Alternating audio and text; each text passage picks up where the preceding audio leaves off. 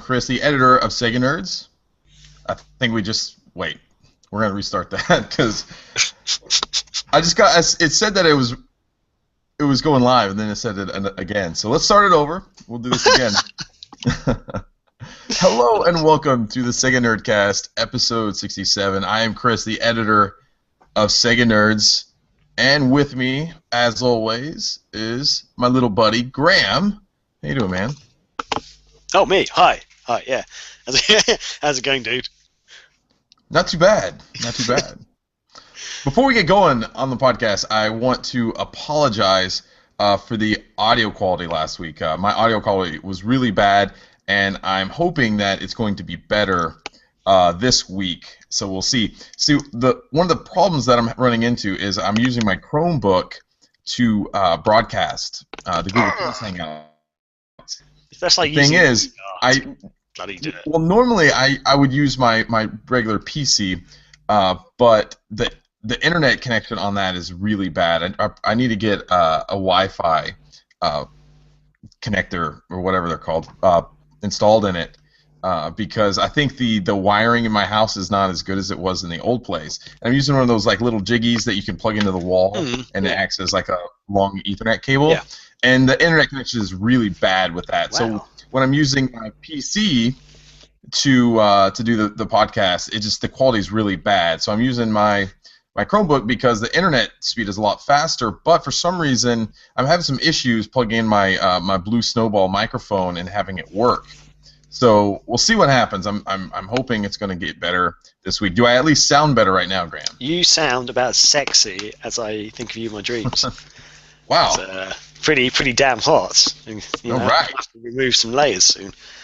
Speaking of removing layers, I just got back from San Antonio, Graham, where I went on a story assignment to cover. Apparently, the military is creating an Ebola medical response team. Have you heard about this at all? I know that there's a whole Ebola thing going on in the world, and America's quite keen on it, like hot on it, as it were. But I did not know about a military response team.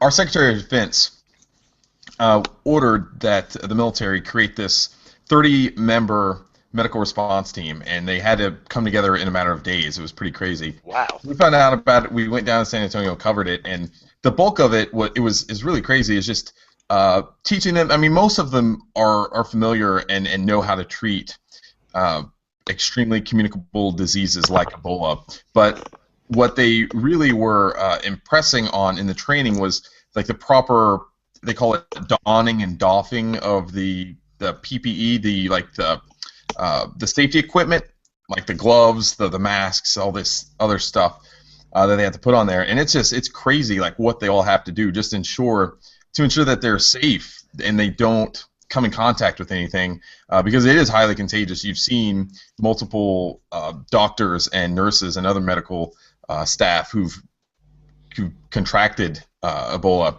So it's really crazy, but we were able to go down there and cover that. It was really neat.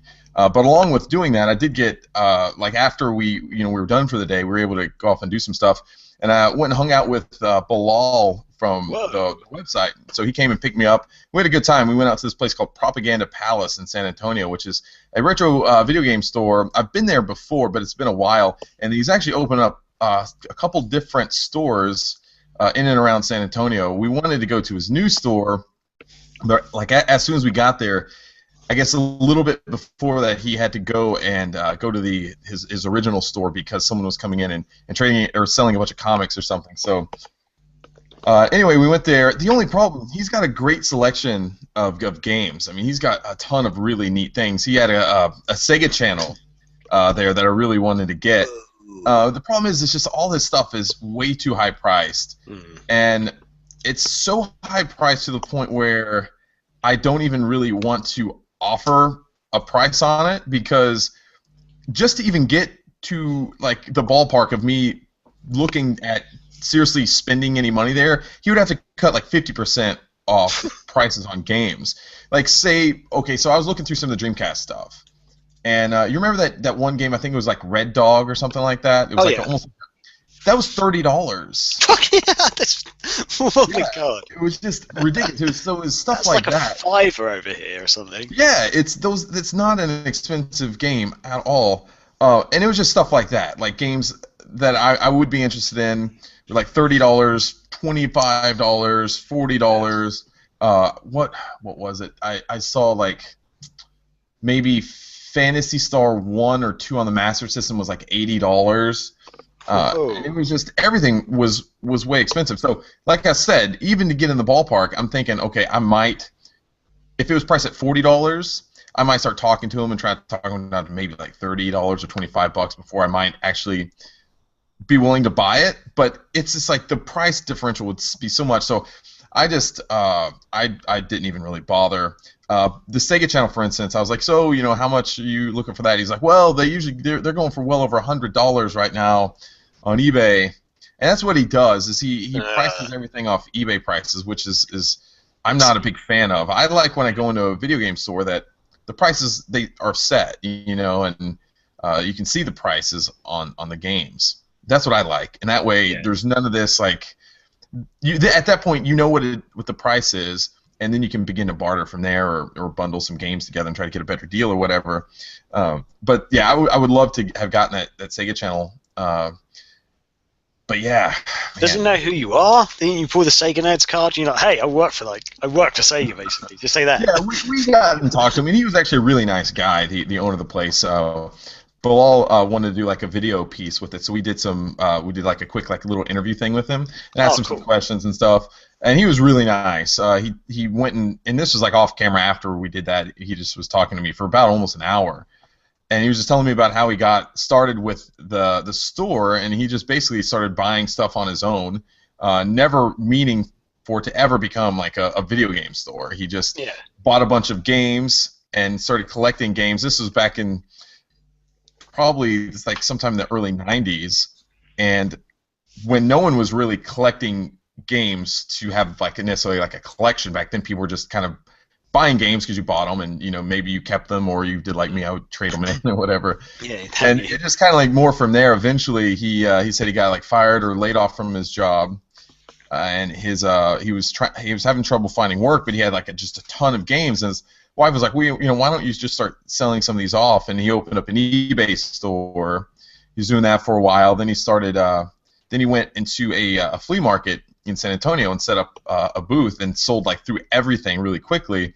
So he's doing that for a while, and eventually he was like, you know what, I'm going to open up a store, and he's been really successful with it. So it's pretty neat. And I think we just so that's I hate that when Graham's internet craps out on him. So we're going to try to get Graham back in here. Hopefully it won't take him too long to get in here. There we go. You back in here? Hey, yeah, we lost you for a second. Google Hangouts does not like me. The app keeps crashing. He's going, Google Hangouts has crashed. Brilliant. So well, don't let it crash again. You got to some sort of place where the guy was. Yeah, he'd set up the store because he lost his job. He started selling. That's where I got to. But I'm sure you just told the audience the rest. Yeah, of the the audience already got filled in. So okay. So we're past. We're past that at this point, Graham. We're sorry. You're at the end of the show already. Bloody hell! Oh man. We just finished. So that's pretty much what I've been up to. I got in yesterday actually, and so yeah, it was great. I got in a little bit earlier than I thought I would. So I was able to spend the day with the family, and I will. I got some new pickups today too, but I'll save that till later on in the show. So, what have you been up to, Graham? What haven't I been up to? Well, to be honest, work. I'm always working. It's mostly work. So you haven't been up to a lot then? Not really. Vaguely interesting things. I've been doing a bit of gaming, but we'll get onto that later. But do you know of a TV show called Kyle XY?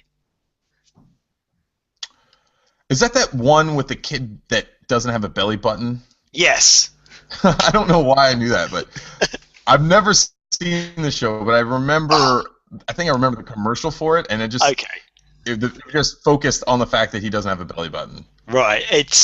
I might have mentioned it on the show years ago because I started watching it with my mate years ago, and then we sort of stopped watching because I think he had to go somewhere or something. Basically, he's moved really close to where I live now.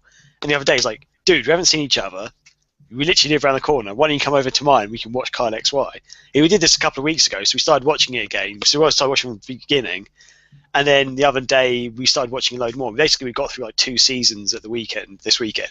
And I still think it's one of the best shows ever made. It's not hugely action-packed. It's very subtle in all its stuff, but it's really funny. It's really well written, and I just love it. It's the only show I can vaguely put it close to is almost like Smallville, but with less superpowers and stuff, and less teen angst as well. But I just love it. Smallville. Well, it's got less of that, but it's just, and the guy who plays Kyle, he is like, I've got a man crush on that guy so badly. He is just awesome. His facial expressions are perfect.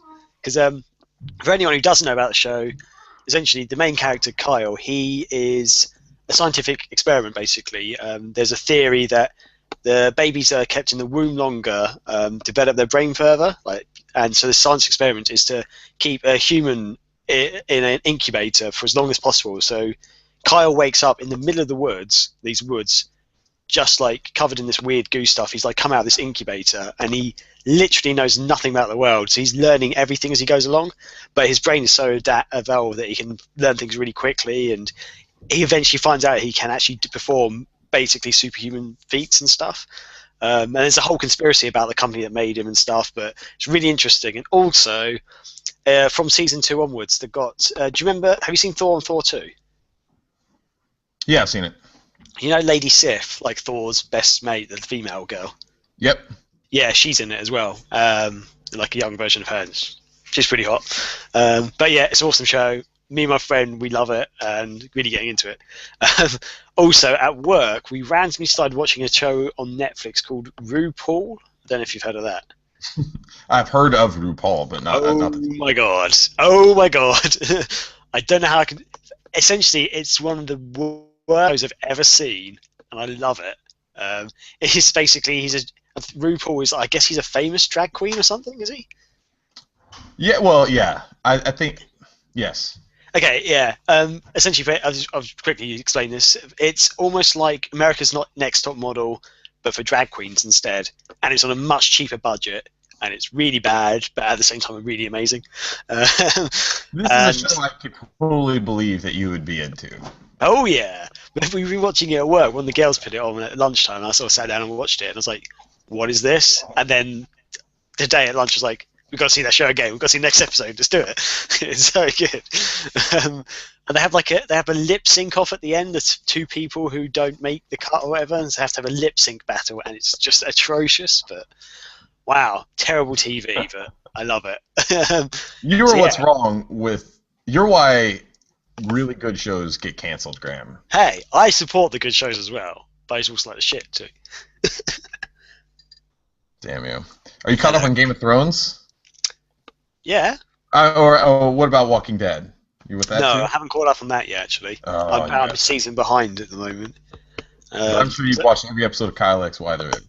No, I haven't. I've still got one more season to go, and it's so good. They only made 4 seasons. But anyway. Other than that, I've got some gaming pickups that I need to talk to you about, but I'll do that later because yeah. Yeah, let's save those to what we've been playing, like later on, and then we'll do that. Sweet. Let's do some news. You want to do news? What? Okay. Let's get this. Sorry, let's get on with this. Okay. Pretty good news. Bayonetta 2 for the Wii U exclusive has now released in Europe as well as North America, and it did surprise. Well, I'd say this is surprisingly well in the UK. It secured 7th spot in the UK sales charts, like coming in straight in at number 7. And it was the top-selling Wii U title in Europe, beating out Mario Kart 8 and stuff, which I know has been around for a while, but that game's almost unstoppable. People love that game over here. Yeah, and also Playboy and Nintendo of America also teamed up to promote Bayonetta 2 with some kinky photos they posted on Playboy's Facebook page, and also Playboy's actual website as well, using model Pamela Horton to dress up like Bayonetta. Have you seen these photos? Yeah, I have. They weren't as revealing as I'd hoped. There's one. If you go to the Playboy website, there's one photo on there that they didn't post on Facebook. She's naked. Like it looks. She looks naked, but she's like covering everything up so it doesn't show anything. Yeah, yeah. I guess it's still too like a little risque to show on Facebook. It's risque, but it's a good way. I think it's an interesting way to advertise it. So it's pretty cool. I've seen. I don't know. I've seen way like more revealing cosplay at like PAX East. Yeah. Because you remember when we went that one year? It was when Jessica Nigiri was cosplaying as the chick from Lollipop Chainsaw. Yeah. She came out in the one costume that was, I didn't see it, but they made her like leave and go change back into the cheerleader outfit. Yeah. Because they have like a what is it? Booth girl. Is that what they call them? Booth babe policy there. And I guess for whatever reason, she was working. I guess she was working with. Who did that? Was it Capcom who made that game? Do you know what? I have no idea. I've never played it. It was Grasshopper, I think, made the game, right? But I don't know who published it. I think it was Capcom. Anyway, I think that's a good idea, like you said. It helps promote the game, and like Interactive who published it. Oh, okay. I didn't know that.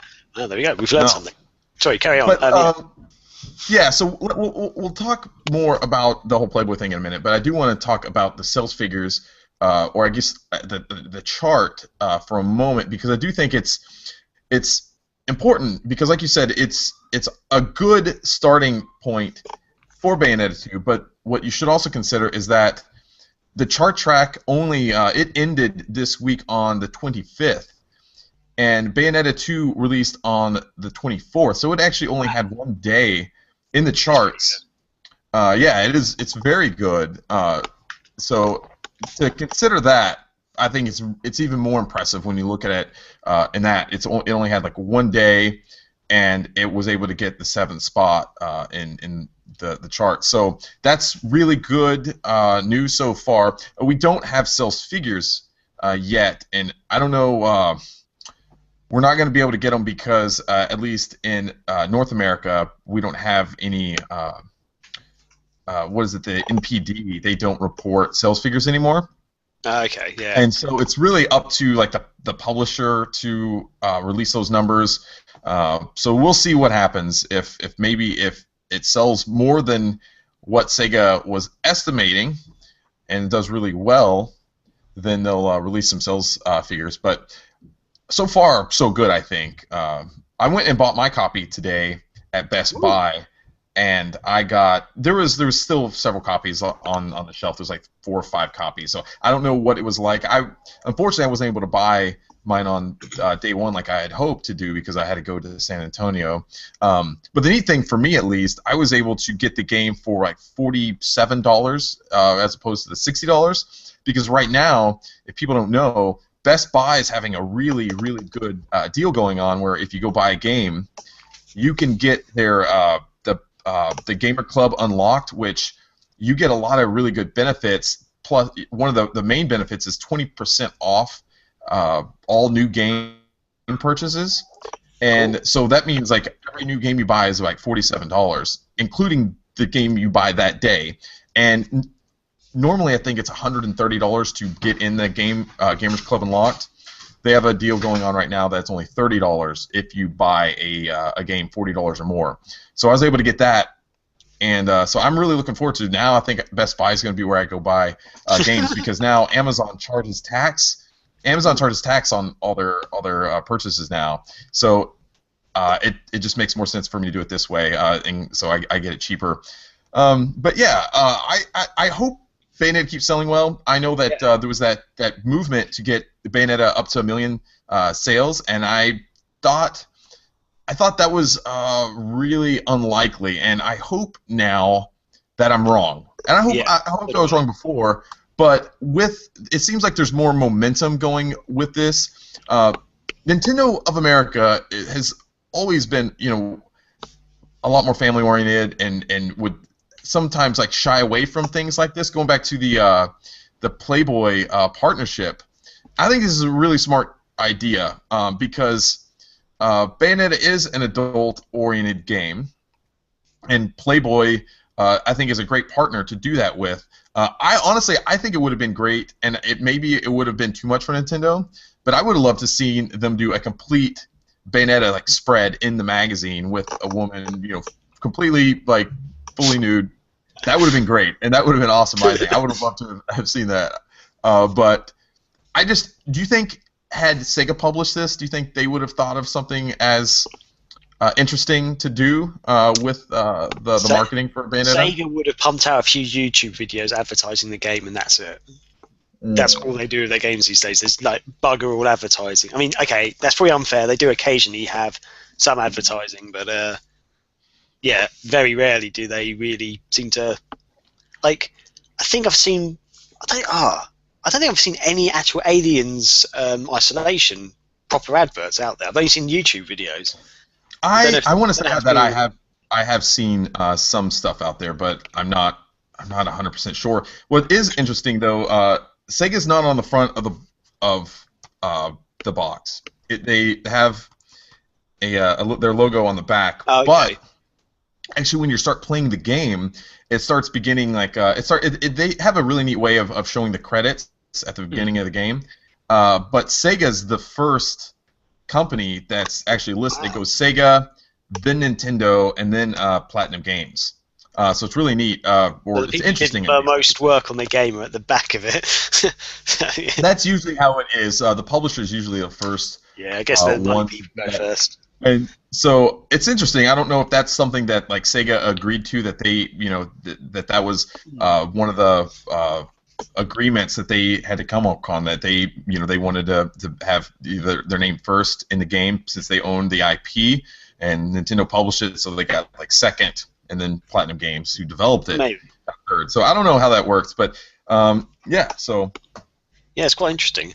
I also need to highlight one other thing about the Bayonetta 2 thing. Like you said, it only had one day, but the games that beat it out are like huge games. They had like FIFA 15, which was also released that week, which came at #1. Minecraft, the PlayStation version. Evil Within, which people have been hyped about so much. And like Middle-earth, Shadow of Mordor and stuff, which I know it's been out for a couple of weeks now. But and Borderlands, the pre-sequel, which I think only came out like last week as well or something. So yeah, even though it is #7, all the other games are massive that it's competing against. So it's actually pretty impressive, I think, especially for one-day sales. I should also point out, though, that Bayonetta Bloody Fate was released on Blu-ray this past week as well. Ooh. So I bought it from Amazon. I've seen the Japanese version via my Oya once or twice, but it was the Japanese version. I really wanted to wait for the English version, so I would watch it every once in a while and get maybe 10 to 15 minutes in. I'm like, you know what? I really want to watch the English version of this once it gets brought over. So I would just wait. So I haven't seen the full movie. Lee from the website, he went and watched it about a week or so ago, and he said he's kind of disappointed with it. He wasn't that impressed, but from what I've seen so far, the animation looks really well done, and I like Bayonetta's English voice. I love that English accent. It fits her personality so well. It's just not the same seeing her speak Japanese when all you've known her to do is have that English voice. So yeah, I'm really excited. I told my wife that she's gonna have to watch it with me. So nice. Sometime this week we're gonna watch it, and yeah. So yeah, that's Bayonetta. We'll talk more about it when we get to what we've been playing. Oh yeah, awesome. Cool. So we announced this the other day. Watermelon Games has now announced the release date for the Wii U version of Pier Solar HD, which is awesome. They basically posted up on Facebook a graphic advertising. It had a screenshot of the game, and in front of it had the Wii U tablet controller. Is that what it's called, the tablet controller? You always call it that. It's the gamepad. The Wii U gamepad. So in my head, I'm like, it's a tablet. I don't have a Wii U. Anyway, it's got the Wii U gamepad thing. Yes, and it sort of showcases a couple of the unique sort of touchscreen features of the game. And yeah, the release date is November the 6th. So in is it 6 or 7 days time? It should be released, which is exciting. Yeah, but cool. You know what though? That they haven't yet announced is the Microsoft release date for the 360 and Xbox One. That's quite shocking.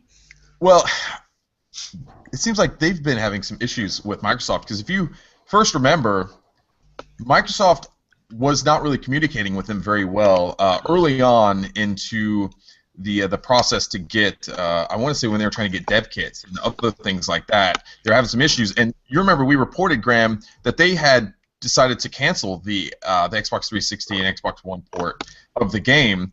Yeah. Once word started spreading around about that, Microsoft said, "Hey, let's work with this," and they decided, "Okay, we will go ahead and publish or release the game on Microsoft's the Xbox consoles."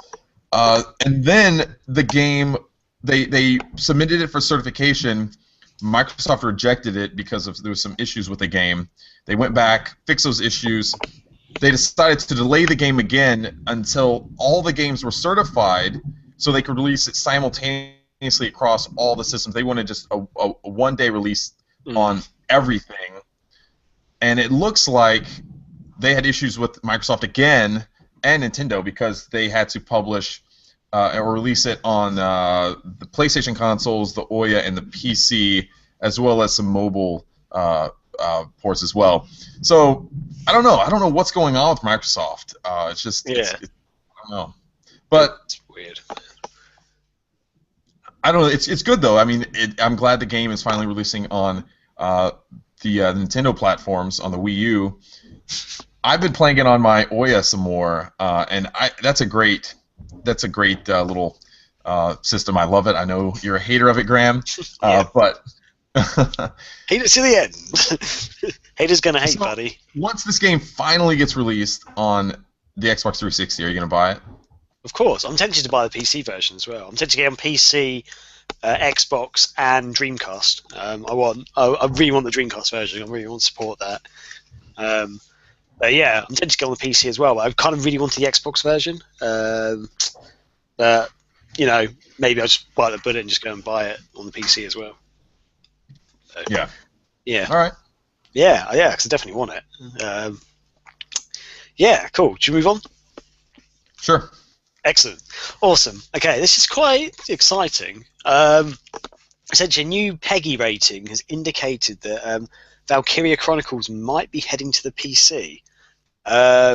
Essentially, the PEGI rating had been published for Valkyria. Literally, it's meant to be for Valkyria Chronicles on the PC, and it reads, "The content of this game is suitable for persons aged 16 years and over only. It contains realistic-looking violence." That last sort of little sentence at the end doesn't really make sense, because considering the game doesn't look realistic at all, because it's that weird. There's a special term for the animation they used actually. Do you remember what it was? What was it technically considered cell shading? It wasn't cell. It was a new thing. Wait, hold on. I've got my copy here. Does it actually say on the back of the box? Doesn't say what it's. I just vaguely remember there's almost like a special engine they used, or the special term they used. Cause it wasn't cell shading. It's like some special sort of. It's not going to mention this. Fuck it. I might quickly look on Wikipedia or something. But I just found that last sentence. I don't know if you, but I found that last sentence a bit weird. And yeah, there is sort of cartoon violence in the game, and nothing looks. I think what they mean by that, I don't think they mean it literally is realistic violence. I think it's someone has a gun and they pull the trigger and it kills someone, that type of thing, as in realistic in that sense. That's probably what they mean, but that's I don't know.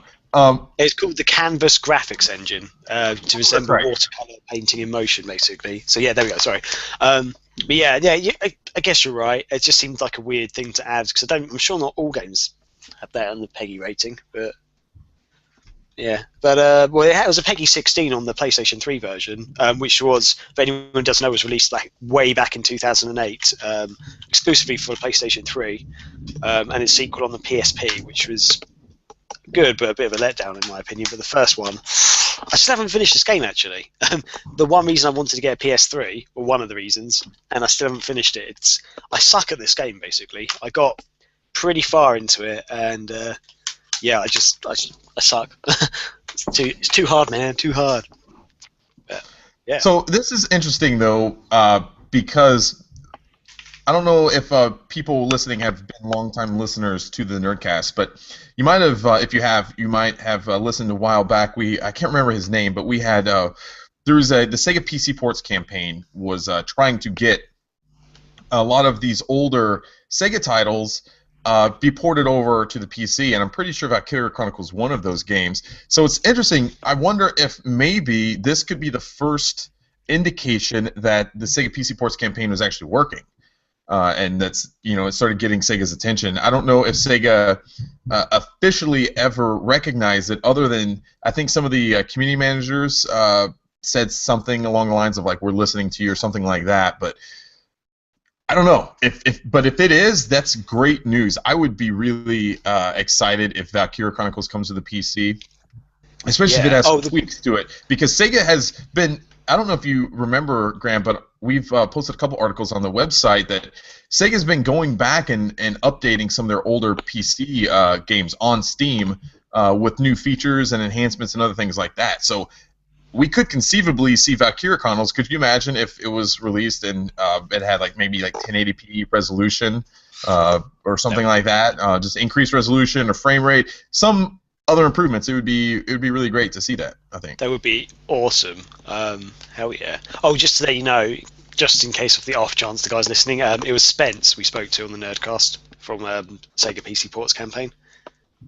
So, hey, Spence. There you go. Yeah, I mean, yeah. I think if this is something to do with the Sega PC Ports campaign, then that's awesome, because yeah, it's really exciting. But I can't actually remember if they did actually mention Valkyria Chronicles. I don't know why. For some reason in my head, I don't think that was one of them. I thought they were going for. Yeah, it could be one of them. Don't you? I'm sorry. Okay, yeah, it definitely was. I don't know. You're making me Google it now. Yeah, but sorry, dude. I don't even know why. It doesn't matter. It doesn't matter if it was or doesn't. But man. Yeah. So that's gonna do it for the news. Let's see here. We have a topic of the week, and this topic we wanted to. It's more of a mailbag question, or I guess statement that we received, an email over the weekend. It was really interesting. It was by a guy named Joey, and rather than just have it in the mailbag section, we wanted to break it down and spend a little bit more time with it, and that's why we decided to make it the topic of the week. So if you listened to last week's show, Graham and I discussed, I guess, one part of the whole GamerGate issue, which was the ethics in games journalism, is essentially kind of what we were discussing. But there's another side to GamerGate, and we didn't really touch on that, and that was purposeful. I didn't really want to focus on that too much because I wanted to talk specifically about that one issue. But Joey thought that it was a little, I guess, irresponsible of us to not talk about the other part of GamerGate, and I think I agree with him. Looking back, I definitely agree with him. But let me read his response to that podcast, and then we'll go from there. So he says, "Hey guys, longtime reader/listener, love your work. Just wanted to get in touch to say I was a little disappointed to hear you guys speak out about how upset you were with gaming journalists and feminists surrounding this whole GamerGate drama, but hardly a mention of what you thought about GamerGaters threatening and harassing women in the industry. Does their behavior not bother you? At this point, it's clear that whatever good intentions the GamerGate movement represented have been completely squashed by the overwhelming negative actions of the group. For instance, I contemplated tweeting you guys about this, but I was scared the GamerGate trolls would bombard me with their bot tweets. They become the terrorists of Twitter. All in all, you guys brought up some great points, and I agree that a game like Bayonetta has its place. I mean, come on, being over the top is pretty much what Bayonetta is all about. Comparing Bayonetta to a couple good-looking guys in other games was a bit of a stretch, though. I mean, none of the guys' clothes fall away as they attack enemies.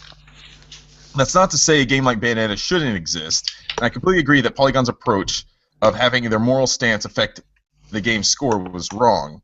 I'll stop ranting now. Just wanted to point out that there are two sides to this GamerGate ordeal, and it isn't fair to ignore the atrocious things that are happening to female gamers and developers as a result of it. Don't defend those GamerGate morons. You guys are better than that. Cheers, Joey.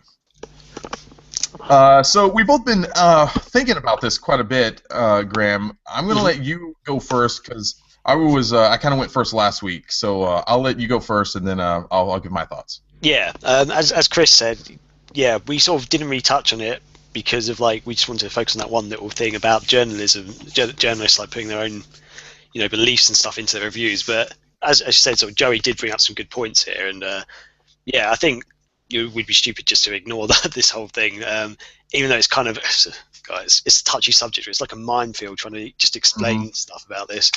So I'm going to try and do this as carefully as possible. I'm basically going to try and answer some of your points, Joey, directly.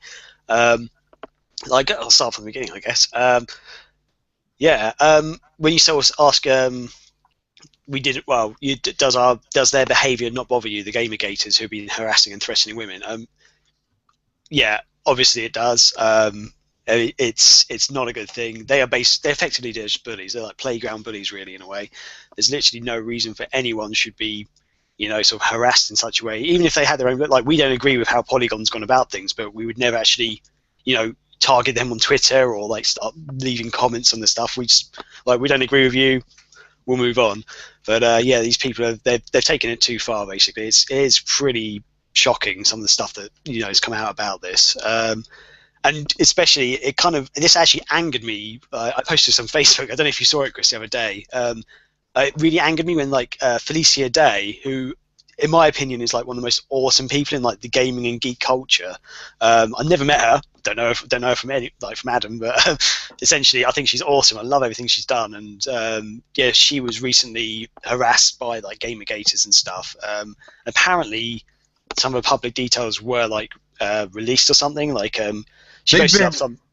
Yeah, some people. It's called doxing. Is when you release personal information online. They've been doing it to a lot of people right now. But yeah, she was doxed. I think over the weekend.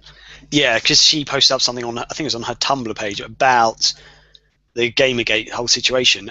But she, as far as I didn't really read her whole thing. I only saw another article about it, so I didn't actually read her original post. But yeah, she sort of said that she didn't really try to go into it too much, but she did actually sort of mention a bit about GamerGate and how at one point she was afraid to walk across the street or something, to walk past some other gamers or whatever. But basically, what she said was she was walking down the street and she saw two guys coming the opposite way, and they had some video game T-shirts like Call of Duty or Halo shirts. And she said up until that point, she always got happy when she saw that, because those are people like her. She got excited at the thought of potentially talking to them and saying, hey, that's people like me. But she said for the first time when she saw those guys, she got scared and she walked across the street because she didn't know if they could potentially be dangerous because of all this. And basically she was really bummed out because of that. So yeah, I just wanted to kind of clarify some of that. Yeah, sorry, yeah. Yeah, she said basically a small voice of doubt in her brain sort of now suspects those guys might not be comrades and stuff. So yeah, I think the whole GamerGate thing sort of instilled that tiny bit of fear and self-doubt into her head, like it's done with a lot of people, I guess. But yeah, effectively she posted that up, and then she she got abused and doxed effectively, which yeah, as I say, that actually really made me angry, because it's just what? She's being a massive supporter of gaming and stuff and gaming culture, and it's just what the hell? Why would you do that? Yeah. Sorry, moving on, Joey, into talking more about your what directly responds to your email. Sorry, I actually made a note of this. Yeah, okay, the bit about comparing Bayonetta to some other games, maybe that was a bit of a stretch. I mean, technically there are no games that I know of where the guy's clothes fall off while he's doing special attacks or anything, but you do get some games where the guys are basically naked to begin with, like God of War and stuff. He's basically just wearing a loincloth and stuff. I know they're technically different games. I mean, the God of War thing isn't sexualized at all in any way, where Bayonetta technically is. But I think the whole thing I was trying to bring up was that yes, we could say that women are sort of sexualized within games, but the guys within the games as well, they are not guys at all. They are like, super muscly, super handsome guys, and yeah, I mean, you could sort of take a look at games like, well, I think I brought it up last time, like Tomb Raider and Uncharted. Both are kind of similar gameplay styles of game. Tomb Raider, it's a girl wearing very tight hugging clothes, very attractive. Uncharted, exactly the same thing. A good looking guy wearing tight hugging clothes. When Drake gets into water and stuff, you see the clothes sort of actually like stick more to him and stuff. And I know he's like super muscly or anything, but technically, if you put him into a movie, he would be a good looking dude, like a Hollywood movie star. So yeah, I think essentially what I was trying to get the point across was that guys are portrayed in not how they would be in real life, effectively in lots of games. The only game I can actually really think of where the guy isn't like super attractive is Dead Rising, the original Dead Rising. Have you played that one, Chris? Or the original one I did, yeah. yeah, do you remember the guy? He's sort of like slightly podgy. He's got a bit of a nose. What's that?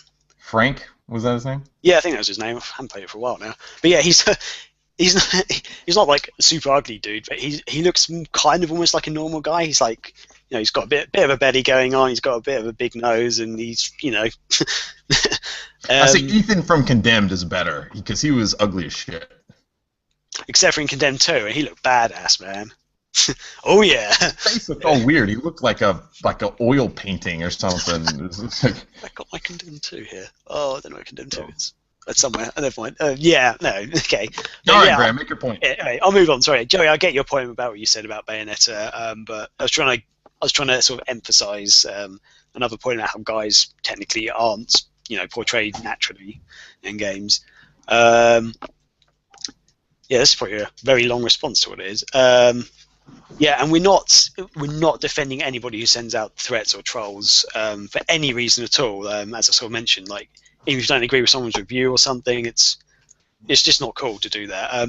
In fact, both Chris and I have had haters messaging us on social media or comments on the website in the past and stuff about reviews or other things we've sort of posted and said. Sort of, we haven't had any death threats or real extreme. Actually, I did have one death threat with one of my reviews actually.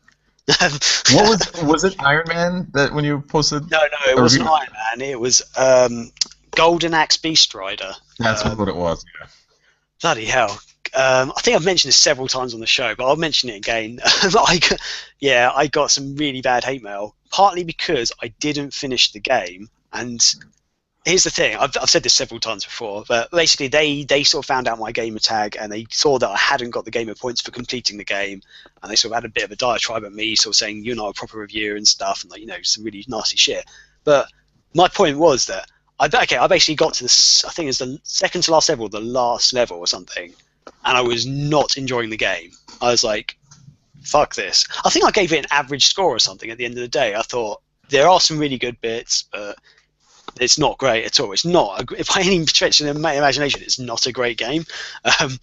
It's got fun bits, but it's also got very bad bits, and that's what I've basically said, that it's not a great game, but I still got pretty bad responses to that just because I didn't finish the game. And it's just like, why would I finish a game if I'm not enjoying it until the last level? Then it's not a good game, basically. If the last level is something amazing, I still don't think it's a good game. You shouldn't, yeah. But yeah. So I just want to interject something really quick. So okay, right. So here's kind of where I'm coming from with this whole thing. So one of the things these people, the GamerGate people, are upset about is people like Anita Sarkeesian and other feminists coming out and basically vilifying video games in their minds because they're saying they're misogynistic, they're sexist, and they're promoting this continued anger or for females. So the thing is, you can't respond to that with death threats and other things like that. That is not, because all you're doing is playing right in to what these people are saying that these games are doing. You know what I mean? It's like you're just proving their point by going out and saying these things to them, calling them names, making death threats, doxing them. That's ridiculous. It's these people.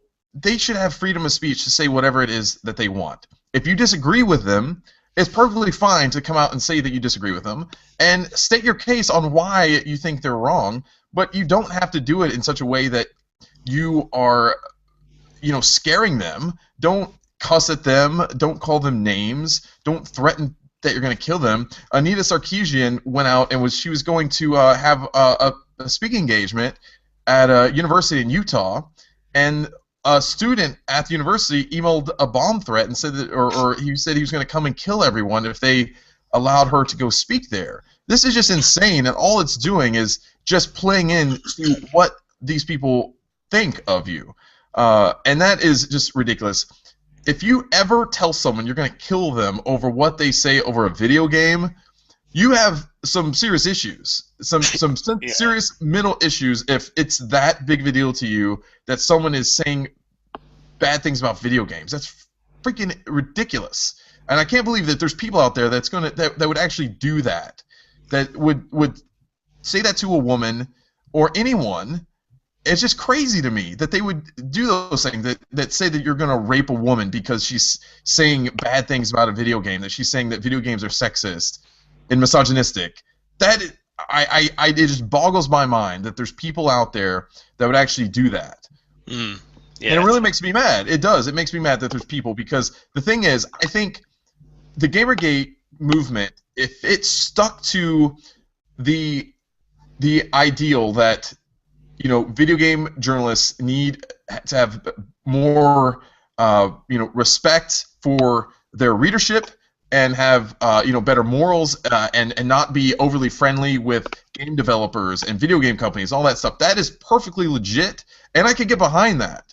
But when it seems like it's also kind of been co-opted with this whole thing with this violence against these women and all these threats and things like that. And there was a couple times that I even tweeted with the GamerGate hashtag. It was centered specifically on game journalism, and I think I may have referred to some of the Anita Sarkeesian's videos as well, but none of them were ever in such a way that it was threatening or anything like that. I would never do that. It's just ridiculous. And I, up until last weekend, I had never really but I did. I went back. I was like, you know what? I want to find out what is going on. Why are people creating such a fuss over these videos? And I went in and watched them. I started watching Video Game Tropes vs. Women Episode 1 and worked my way through that. I'm not completely finished with them. They're really long. They're like half an hour. And I'll say that I think she makes some valid points in her videos in there. But I don't... For a large majority of the things that she's saying, I don't agree with. I think she is being intentionally sensationalistic with a lot of her claims about these video games and saying how they lead to continued repression of women and all this other stuff. I just don't think that that's the case at all. And it's just funny, though. It seems like in every video she spends like 25 minutes talking about how all these things are bad in video games, and at the very end she's like, but that's not to say that this or that isn't, you can't have this or you can't have that in video games. It's just blah blah blah blah blah. And it seems like that's kind of like the formula in all of her videos. It's like she spends the large majority of her video like deconstructing and criticizing and being overly critical to the point of just being ridiculous about these video games, and at the very end it's like she's saying, but that's not to say you can't have that in video games. I don't know. I don't agree with a lot of what she says. I do think that there is some valid points in video games, but I think she's just overly critiquing these stuff and finding issues where there really aren't any issues in a lot of these games, and doing it to promote her feminist agenda is what I think. Now, I disagree with her. If it wasn't for this whole GamerGate thing and people wanting to kill her, I would be absolutely willing to engage in a conversation with her via Twitter or whatever and discuss it, humanely, not call her names and be belligerent but I would just say, I think you're wrong because of this, and I think games are fine because of this. And I would state my case in those terms, and that's what I think people should be doing. And when you don't do that, when you're talking that way towards a person, you ruin any credibility that you have. When you're having death threats, when you're calling people names, when you're saying you want to rape them, you lose all credibility, and you are looking like a complete asshole, and you are becoming everything that Anita Sarkeesian and all these other feminists are saying that video games create. So. Yeah, totally. And you're sort of more part of the problem than any form of solution when you're sort of doing that sort of hail hatred thing. It's just, yeah. It's great. But I want to bring up another video that I watched recently. I think I posted on that Facebook thread that we've got going. It's by someone called the Factual Feminist, and she's done a video recently called Are Video Games Sexist? It's actually on the American Enterprise Institute's YouTube channel, and she's probably like the most rational person I've seen speaking about this whole GamerGate thing and the whole sexism in games. The things she brings up, she's actually done her research as well. That's one of the big things about it. She's not just pulled out these random facts. She's sort of spoken about so-called facts that some other publications have put out there, and then sort of like debunk them effectively and saying those aren't true. This is more factual and stuff, and like looking at it from quite a good angle, I think. And she's a self-proclaimed feminist and stuff, but she's actually almost against the whole feminist movement that we've seen from a lot of video game journalists. The way she's like talking about things, like the whole sexism in games and stuff. One of the things she brought up was yes, the games are heavily male. A lot of games are heavily male-oriented, with their sort of main protagonists being men, and you do see lots of scantily clad women and stuff. And she's like, that's because the main demographic for these hardcore games is actually men. And why do they like this? Because they're men, basically. That's the natural thing, effectively. That's what she's saying. But I implore everyone to actually have a watch of this video. As I say, it's a Factual Feminist, and it's actually quite interesting. It's very good. And she's not really on any side in particular. She's just like pointing out sort of the facts and sort of saying this is what it's like. And yeah, I think it's brilliant what she's done. And I just hope more people watching, use their common sense and rationale to actually, when they talk about this further, really. I found her strangely attractive. I'll be honest. Like in an old lady. She's a good-looking lady. Yeah. I'll be honest. But I watched it, Graham, and yeah, I think we'll put a link in the show notes, because I definitely think people should watch it. It's making the rounds. I've seen it other places on social media today, and I think she does make some really valid points on there. I also like her one line where she said something about hipsters with degrees, like making all these claims and stuff is pretty. Yeah. But I think she's just saying, like, you know what, I don't think there is an issue here where people are trying to make an issue, and that's a lot. That's really what I've been trying to make a case for this whole time as well. And I've been saying that it's guys. We are naturally attracted to women. That's what we are, and for whatever reason, we like war, and we like, playing like we're gonna kill each other. That's what kids do. That's what we've done ever since we were little. We would play swords, we'd play guns, and all that stuff. It's just something inherent about boys that's who we are. And to try to take that away and say that inherent quality about us is wrong and it's misogynistic and all this other stuff, I think that's silly, and I think boys and young men are going to be naturally attracted to violent video games and video games that feature scantily-clad women. When you have the bulk of the video game industry, whose customers are probably somewhere like 95 to 98% male in that key demographic, you're going to get games that are for those people. You know what I mean? Now, if 50% of the video game population were female, you would get a lot more games that catered to female, because you know why? Those games would sell to females. Games that Anita Sarkeesian, these other feminists, saying that they want, as much as they want them, those games just would not sell. It's sad to say, but when guys play video games, they want to play video games that are, that attract them to those games. And those games happen to be violent video games and sometimes games with scantily clad women. And I'm not going to apologize for that. You know what I mean? That's fair. That's fair. I think that's fair. Yeah. I just realised though, the people like the activists and journalists who are trying to campaign for these other games which maybe aren't like what we've got at the moment, they're almost like Sega fans wanting Shenmue. It's never going to happen. I know they're paid actually. I know how they feel. I want Shenmue 3. It's not going to happen, dude. Oh man.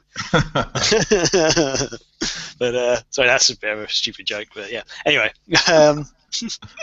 please don't send me any hate mail over that one. I think we kind of covered the whole GamerGate thing. We are adamantly against ever, saying anything mean, being a bully on the internet, or speaking death threats to people over any sort of differing opinion, especially when it comes to video games. Because at the end of the day, it's fucking video games. Yeah, right? Exactly. I think that it's a stupid, one of the stupidest things you can argue about, really. But yeah, and thanks, Joey, though, for sending that email. As we say, we weren't really ignoring the situation. We just we're trying to cover one small aspect of it that we think is actually quite a big effect on most gamers, really, with the journalists. But yeah, hopefully that's all answered your questions there. Yeah. Should we move on? Yeah, let's move on, and we want to do one really quick bit of community news. So, Sega Channel is a popular Sega YouTube channel. It's run by Tyler Esposito, who's a friend of the show, and the website. He's been on several times now and has been posting some of his videos. He published a video about a week and a half ago or something around then, but it's this just really endearing video of him and his dad when he was a really young kid. And his dad made this home video where they're trying to convince their family, who lived, I think, in New York, to buy a Sega Genesis and Nintendo. I think they're there. And so what they did is they're talking about each game, and they're talking about how Tyler had beaten some of these games. It was just really cool, and it really spread around the internet a lot. I don't know how many views it has up to this point. But it was it was so touching, and his dad has passed away a few years ago, and man, it was just one of those really awesome videos. I think every kid would have loved to have a dad like Tyler's dad when they were young, someone who was like really into video games, and really it's amazing. But if you look at that, because I guess they've done a lot of other videos when they were young, when he was young. He's just kind of followed and kept that going today, Tyler has, and you see a lot of his dad's passion in those videos in Tyler today, and that's really awesome. And so Tyler's been nominated for the I guess the YouTuber of the month, and he needs basically votes for it.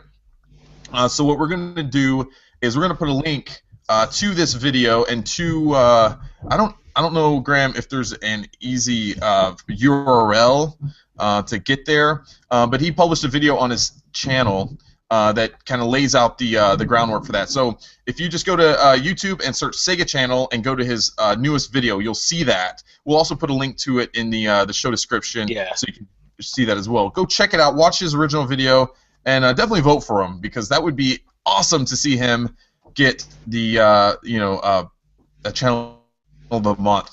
It was just awesome to see him get the nomination. So. Hell yeah, yeah. So we hope he wins. A lot of the votes actually right now are for the Sega Channel. So fingers crossed, guys. Yeah, it's really simple. They've got a link to another YouTube thing that you just got to comment on that saying Sega Channel. That's who you vote for. It's quite easy to vote, and yeah, I did that earlier. Quite excited about that. So yeah, cool. It's good stuff. Let's talk really quickly what we've been playing, Graham, because we've run over time. Oh yeah. So, I want to really quickly. I want to do a gaming pickup first, because this is actually quite an exciting one. Okay. In this sexy box here. Okay. I don't know. Did I tell you about this? I know about it. You know. Okay. for the audience at home, any big Sega fans, I'm going to give you a few clues before I unwrap it. It's a Sega Saturn game. It's an RPG. They had I believe, a manga and an anime about it back in the day. Yeah, I'm trying to think of anything else I can say that will. It's the Sega Saturn's last official release in America. Back in like 1998, I think it was, and it originally was a Japanese release. It took 3 years to port across. Yeah. Anyway, without further ado, it's Mr. Bones. Mr. Bones. Yeah, no, it's Magic Knight Rayef. Oh, I don't know if I can see it there. And I'll tell you what, I'm super excited for this because I've seen this like being advertised, not advertised, but I've seen this like on websites and stuff mentioned, and I've seen videos of it, and it looks freaking awesome. It's like an action RPG. It's got like beautiful like FMV style, cinematic cutscenes. It's almost like a sort of quasi top-down isometric kind of view, kind of RPG. But the one of the reasons why I'm excited about it is it wasn't released in Europe. At least to my knowledge, it wasn't. I haven't seen it anywhere like in Europe. It's also really hard to get hold of. And I've got to thank the manager and owner of Level Up Games for actually messaging me on Facebook. Well, I was messaging him at first about some of the games he's got in stock, and then he just went, by the way, I've got a copy. Oh, see, you mentioned Pier Solar as well. He has an original boxed version of Pier Solar on the Mega Drive. And he was basically selling both of these. They're actually quite expensive though. I could only afford one. I would have snapped up Pier Solar straight away, but I don't know if I should say how much I paid for this because I've actually broken my bank completely with this purchase. But I need to say how much. Okay. Well, here's the thing. It's actually on a lower side of prices I've seen it advertised online. I've seen this on Amazon and eBay going from between about $300 to $800, and I paid £150 for it. So I think that's about $190 or something like that. So effectively, I think I've actually done quite well, even though this is the most expensive single game purchase I've ever made, other than games consoles.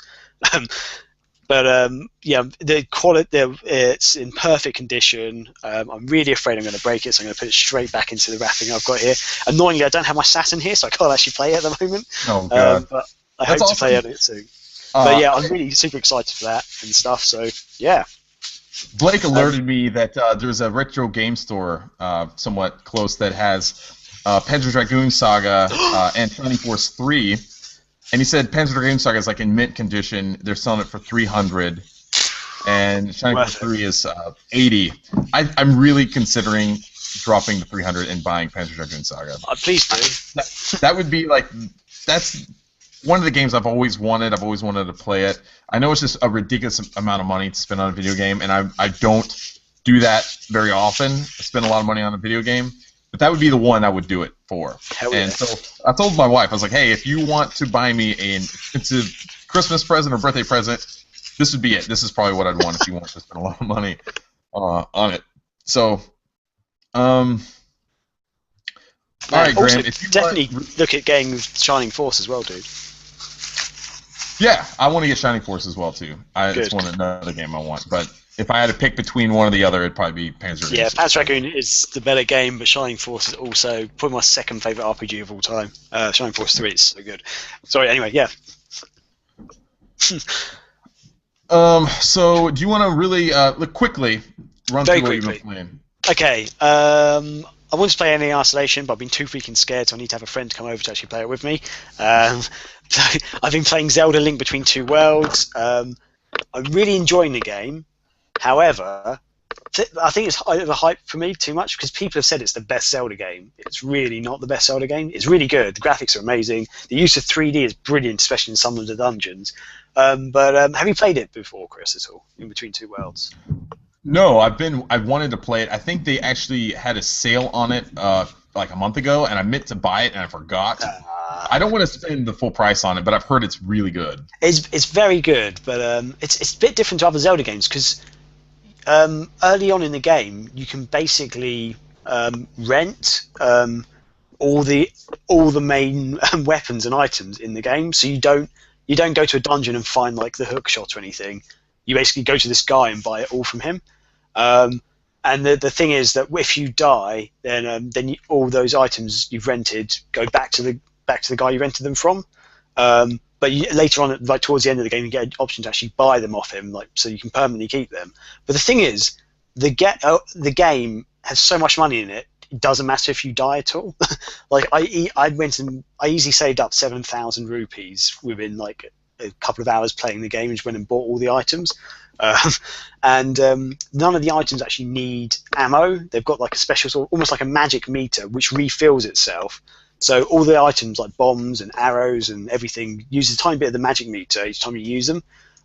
So sometimes if you're doing like firing lots of arrows at once, you have to wait for the magic meter to refill again. But yeah, it's a very different way of doing Zelda, and also you can tackle. The reason why they've done this so you can get all the weapons at once is because you can basically tackle almost all the dungeons at once in any order you want to.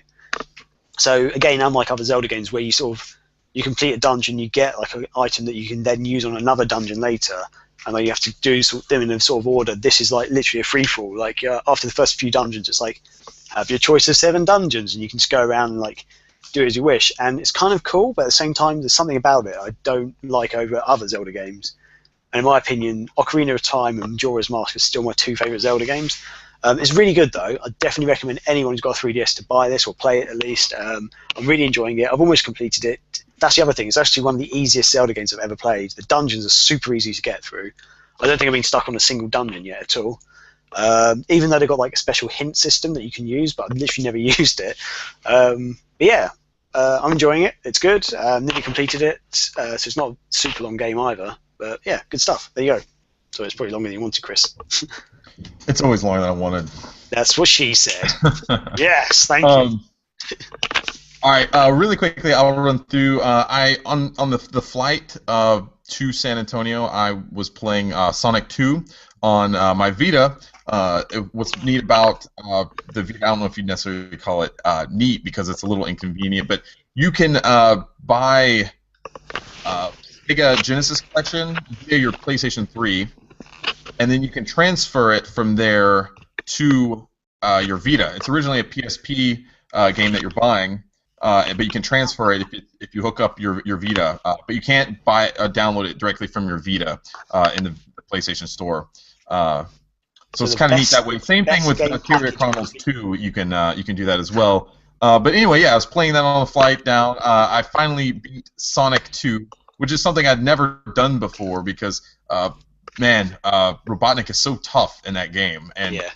I was finally able to find like the right combination, the right strategy to defeat him. It takes a lot of patience. If you try to go in there and beat him quickly, like you can do in a lot of the previous levels, you're gonna die and it's gonna suck. So definitely take your time, find the strategy, and go from there. So that was kind of a cool achievement of mine. One of those games that I've always meant to beat and I just never had for whatever reason. Then I've also been playing Bayonetta 2 today. I've only put maybe about 45 minutes or so into it, but one of the neat things that I realized is the demo is essentially the very first bit of real combat in the game. There's a little bit at the very, very beginning, but it's the real first meaningful bit of combat. But what's cool about the demo that I realized after playing is that they took out some of the story-based stuff in the demo that would spoil some of the early developments in the game. And it was neat that they were able to do that rather than just slap on like the first level of the game. They went in and actually tweaked it to be able to give you a slice of the game so you can experience the combat and know kind of what you're getting into, but not have anything spoiled. So bravo on Platinum Games for being able to do that. I think it was really neat. And man, the game up to this point, it's really, really good, man. The combat is just feels so smooth to play that game. The combat is so good. It's one of the best fighting action games that I've played. If the rest of the game holds up to this small chunk that I've experienced today, I'm really going to be happy. And yeah, so I'm hoping that I will be able to get through it this week and be able to report on it next week. Did you play the original Bayonetta much? I played the original Bayonetta a lot. I didn't beat it, but I got quite far in. How does it compare so far, do you reckon? Like, first impressions? Very similarly. Okay. So neither better than the other at the moment, just pretty similar. You're going to have to hold out. I want to say, I think, for one, it's high resolution. The original was, I think, 720. This one's 1080. Cool. And the character models look better. The frame rate, I'd have to go back. It's been so long to compare it to. That's one of the reasons why I wanted to play on the PS3 to be able to compare it, but I wasn't able to do that. I don't get. Why do you keep mentioning the PS3 version? Because I didn't have I thought I had the PS3 version. That's what I talked about last week on the podcast. Oh yeah, no, yeah. Because I just remember I brought up the fact that the Xbox 360 version is the better playing version. It's better quality version. So why compare it to the? Because I thought I owned it on PS3. Okay, yeah, that's fine. Okay, yeah, ignore me. But you've got okay. If you essentially ignore the fact that you're playing on an older console with the Wii, because the Wii U version comes with the original Bayonetta, doesn't it? Yeah.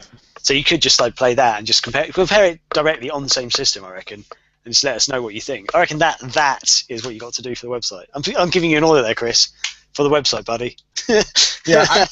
What I wanted to do is be able to play the original and compare it to the the port. Okay. The original port, and see the differences between that, rather than, because they did tweak the game for the Wii U version. Okay.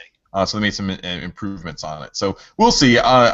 There's so much there. You're getting a lot of content for what you paid. You're getting 2 games for that. So we'll see what happens. But that is going to do it for us for this week. If you want to follow us on Twitter, it's Twitter. It's at Sega Nerds. YouTube.com/TheSegaNerds. No, it's just Sega Nerds on YouTube. Facebook, it's Facebook.com/TheSegaNerds. Graham, where can they find you on Twitter? Behind you. Sorry, that's terrible.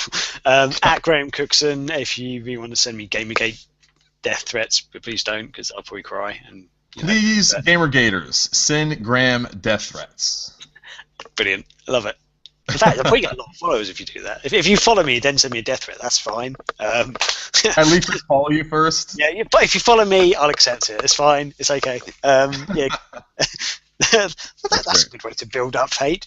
If Twitter only let you message people you followed, that'd be an interesting way of doing it. But yeah, what about you, Chris? Where are you? At I am Darkhawk, which is a new Twitter account that I made recently. So I've explained the reasons for that name. I'll explain again at some other point. But we've gone way over time. It's time for us to get out of here. Yeah. We will be back next week. Hopefully we won't have any GamerGate issues that we have to talk about next week. But if we do, we will. We'll see. So that's going to do it, and we will see you guys later. Take it easy. Cool.